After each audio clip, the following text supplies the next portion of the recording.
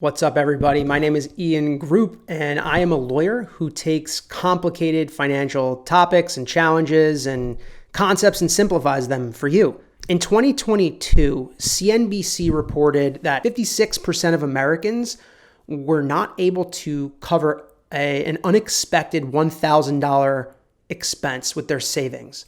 Now, this was a little triggering for me. I have to be honest. Number one, because I find it sad that more than the majority of people in the country are unable to cover that kind of expense. But also, I was in that boat. I really identify with that, specifically with not having $1,000 in savings. I remember when I was in law school, I had a negative balance on my checking account, and it sucked. It really sucked. And so I know what that 56% of people are going through. I completely relate to this. And what I want to do today is go over 3 steps that will fix this for everybody. It's the 3 steps that you need to take to have that $1,000 in your bank account. At the end, I'm going to share the one thing that you absolutely need to make all of this work. Before I go into my steps and that one thing, I want to just, first of all, thank you for being here. And second of all, if you find yourself in this situation where you are part of that 56%, or you are trying to figure out your way to just make all this work and save some money and achieve your goals, I have a free budget that you can download. And the budget is the beginning of your financial journey, but it's super important to getting that journey started and to organizing your money. So I want you to go to downloadmybudget.com. That is a link.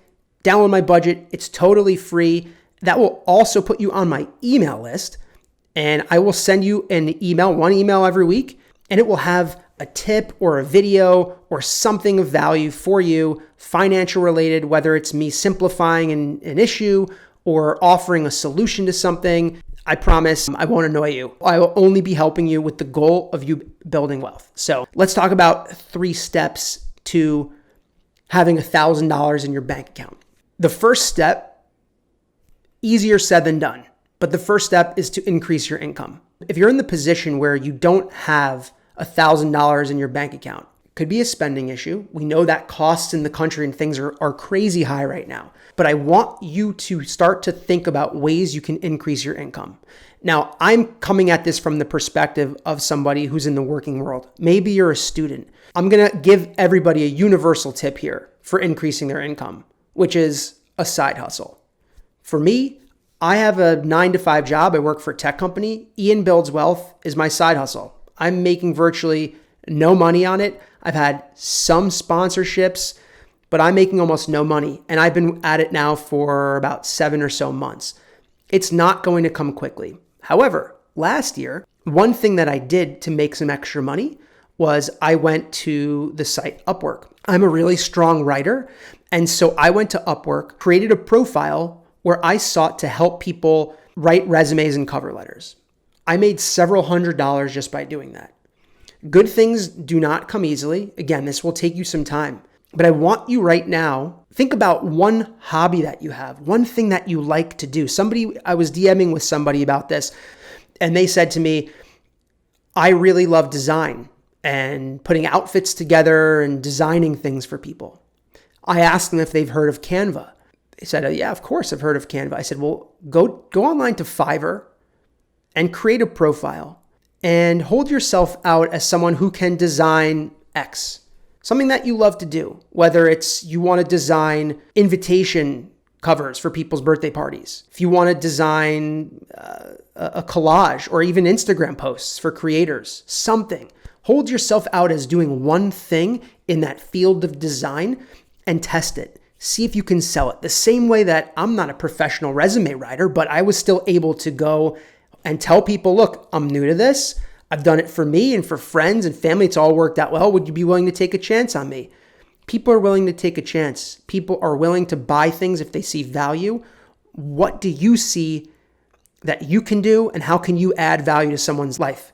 That's a way to increase your income. Again, it's going to start out small, but if you try it, I promise that you will make some money. I'm highly confident because I did it. If I can do it, you can do it. Other way to increase your income is at work. Go ask for a raise. We're amidst the best job market that I've ever seen. Go out and find a job. And if you don't know how to find a job, start looking on LinkedIn, Google search, and ask yourself what your dream company would be. I bet you if your dream company is Google, Facebook, Amazon, any of the big tech companies or anything else, if you want to go work for a university, whatever, go to careers.facebook.com or careers.whatever.com and you will see all of their job postings.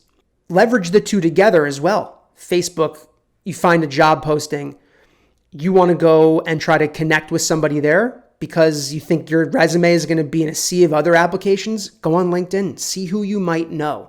Leverage your connections. But the only way you're going to increase your income is to go out, make money yourself, or to get a raise in your job. That's putting aside investment income and anything like that, but try it. Increasing your income, number one. So number two, we've got to talk about expenses because with inflation, prices have gone up so much. Go back and look at the last 3 months of your expenses. Just go back even 1 month. Take it easy on yourself. What have you spent on that might have been a little out of the ordinary? And look, I do this too. I'm not perfect, but I have a system in place to make sure that I'm at least cognizant of what I'm spending and looking at it. I do two things actually. I have an app that I use called Copilot. It takes me 30 seconds every night to review my expenses. And I actually have text alerts. These are set up as fraud alerts, but they're text alerts that I get on my phone. Anytime I spend over 1 penny, I get an alert that shows me what was spent. So 2 ways to watch your expenses. Go back and look at last month. What did you spend that you can cut out? What did you overspend in? Did you eat out every night last week? Did you take Ubers or cabs? I'm not saying don't have fun. If you want to be the person that has $1,000 in their bank account because you're part of that 56% that doesn't have that right now, you got to move in some respect, right? Number 3, investing. If you are part of that 56% that doesn't have any money in their bank account, you might not be thinking about investing just yet in the traditional sense. What I want you to think about is an automatic transfer from your paycheck of money that goes into a separate savings account. Because if you want to save $1,000, if that money is going into your checking account every month, it's not going to happen. You're going to spend it. Take that money and automate the transfer, automate that flow of money from your paycheck into a savings because you won't touch it. If you see it and it's there, it's like if you're trying to watch what you eat and you've got candy and chips and stuff in your cupboard and it's really easy to get, you're just going to go pick it and grab it. I do the same exact thing. You do not rise to the level of your goals. You fall to the level of your systems. Your goal is your desired outcome. Your system is the collection of daily habits that will get you there.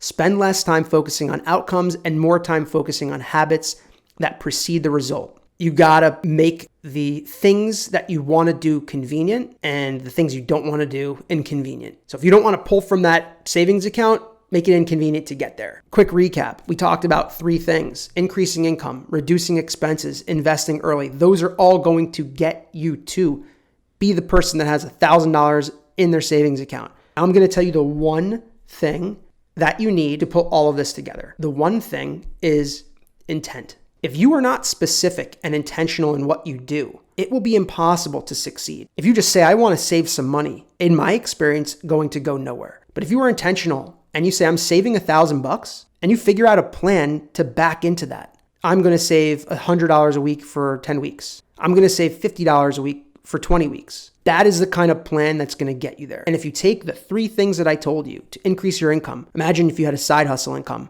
$50 a week for 20 weeks, boom, $1,000, done. Imagine if you reduced your expenses and you had the same income. You can pull that difference. And if you start investing in the way that I told you to do it, automating money into that account, you're going to crush it.